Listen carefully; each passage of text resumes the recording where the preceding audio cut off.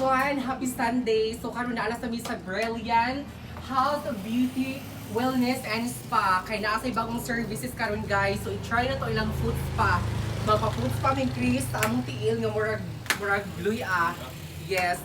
So nami karon diri sa Brilliant guys. I-try na to ang ilang services.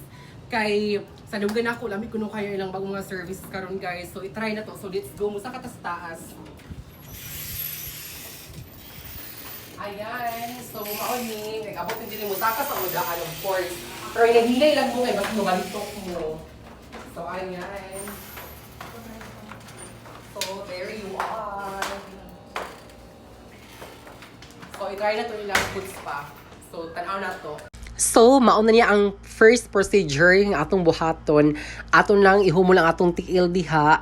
Gihumol na ni Chris ang niyang tiil. And of course, di sa ko palupig diha. Oy, ang amo ang duhang tiil among ihumol diha sa kanang sa tawag ana niya basta kanang murag baldi-baldi pero kana siya is kuana siya kanang electric na siya ha isaksak na siya kuryente so automatic na siya nga moinit and magbula-bula siya para mahumok ang imong tiil o di ba tanawa ang kanang tiil ni Chris di ba gabula-bula siya ingon ana siya ka high-tech ingon ana siya ka social ang food spa din diri sa Brilliant o di ba pero ang ako murag wa siya wa siya ni buwa guys murag dili murag kuan kay mag-isog kay akong tiil gyud murag wa siya kabula so after ana ang next procedure nga gibuhat ana nila is katong gibutangan siya sabon diha gipahumok siya gibutangan sabon and then gi-massage and then muna na next gibuhat kanang gikuskus siya o kanang stone nga brush ang sana siya kana siya so guys gilok kayo guys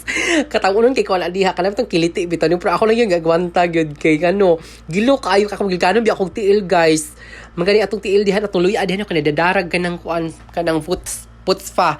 So muna, gilukan kayo ko after ay nagibutangan siya og martayulit or katong papula siya after na siya gi-scrub, after na siya gikuskus and then gi-wash na siya and then with massage na siya guys ha din kanang gibutang ang lasang gibutang ana mo siya gitawag og paraffin wax. Oo. Paraffin wax daw kuno na siya daw kuno kanang mura siya kandila nga gihumol or gilanay guys ba init kaayo na pero magdepende guys ha magdepende kung unsa ka initon ang inyong makaya kay di po siya pwede init pod kay kana siya init gyud na siya gyud and mao na siya makatabang na siya sa pagkuan sa varicose daw kuno varicose ug mga ugat-ugat and ayan after ana diputo siya for 30 minutes oo hamong kuan giputo siya sa 30 minutes guys and then after 30 minutes gikuha na din na siya so kana siya makatabang do na siya para kuwas varicose og mga ugat-ugat. And pwede sa kayo mo magpa-rebond diri guys. Naapod sila hair rebonding diri and Brazilian.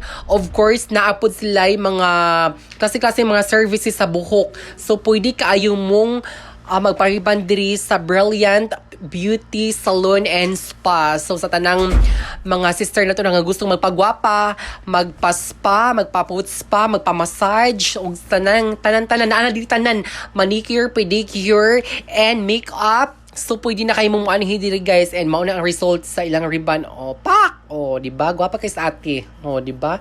Gwapa kay sa ate siyang buhok. So, unsa pa yung gipaabot? Alin na mo sa Brilliant Beauty Salon and Spa. And that's all for today's video. Bye-bye!